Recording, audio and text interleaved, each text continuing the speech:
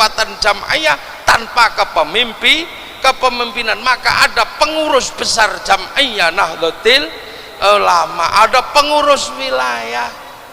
Nah ini akhirnya dengan kepengurusan ini menjadi tenaga yang memperkuat Islam yang ada di Indonesia.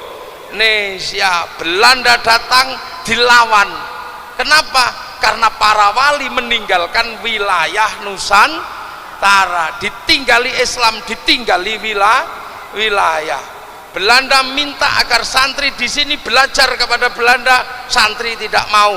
Man tasyabbaha biqaumin fahuwa minhum, mendirikan pesantren. Makanya sampai Belanda pusing dengan santri pakai apa, Belanda pakai sarung, pakai celana, santri pakai sarung. Belanda pakai jas, santri pakai baju koko. Belanda pakai sepatu, santri pakai sepatu sendal kayu. Akhirnya Belandanya ngikut santri, mulai pakai sarung, mulai pakai sendal. Santrinya yang bingung akhirnya ganti sendal kayu, pentolnya cuma satu. Akhirnya Belanda nggak terima dengan model santri ini, dikejarlah santri. Akhirnya santri sampai ke desa.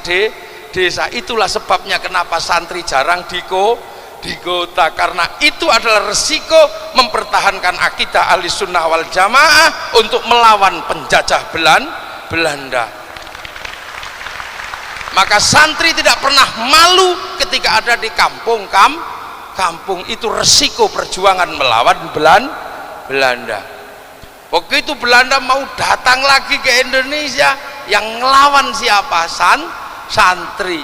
Yang bikin seruan iskariman au mujaidan lewat resolusi jihad adalah Nahdlatul Ulama.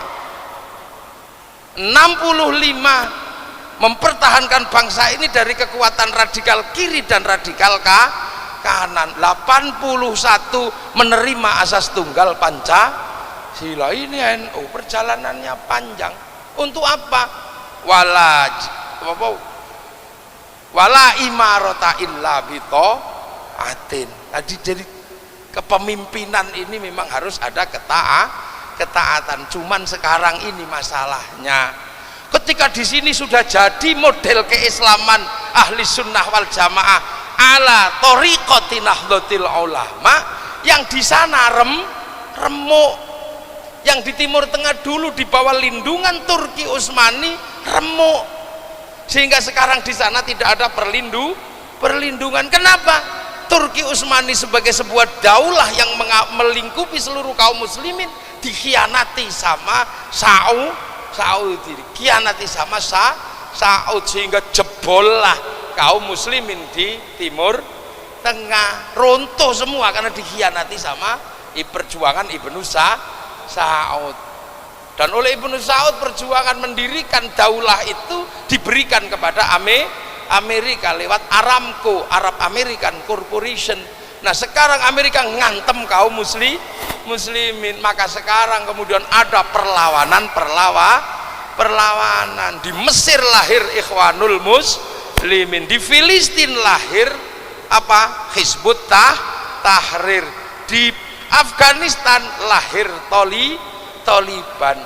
Tapi yang di sana sekarang semua sudah berhenti, semua kembali kepada negaranya masing-masing. Dominasi dan perlawanan mereka terhadap Amerika berhenti. Ketika mereka berhenti, ternyata bangsa mereka pengen menata dengan cara yang lebih baik, sehingga Ikhwanul Muslimin tersingkir dari Mesir, Hizbut Tahrir tersingkir dari Filistin, dan kemudian setelah operasi di Amerika pecahlah mereka tanpa ada tuan.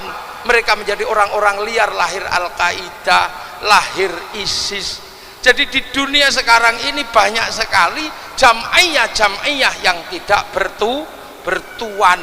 Kalau dalam bahasa samurai ini adalah ronin. Apa ronin? Samurai tidak bertuan.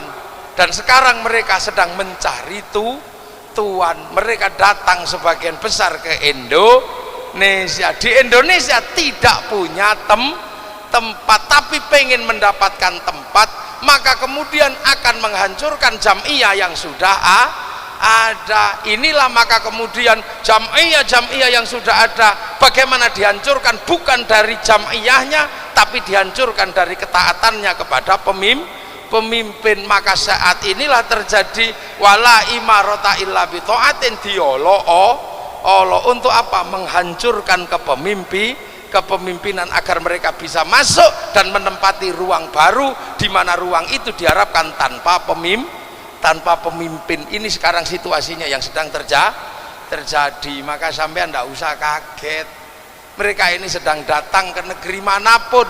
Di Malaysia datang ke sana, Hizbut Tahrir dan Salafi diajar sama Malaysia. Datang ke Eropa tidak dapat tempat, lah datang ke sini ada NO.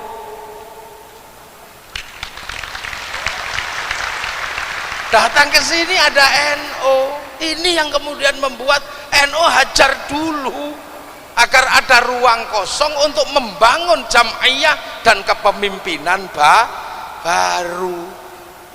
Ini yang terjadi hari ini. Maka sampai tidak usah pusing.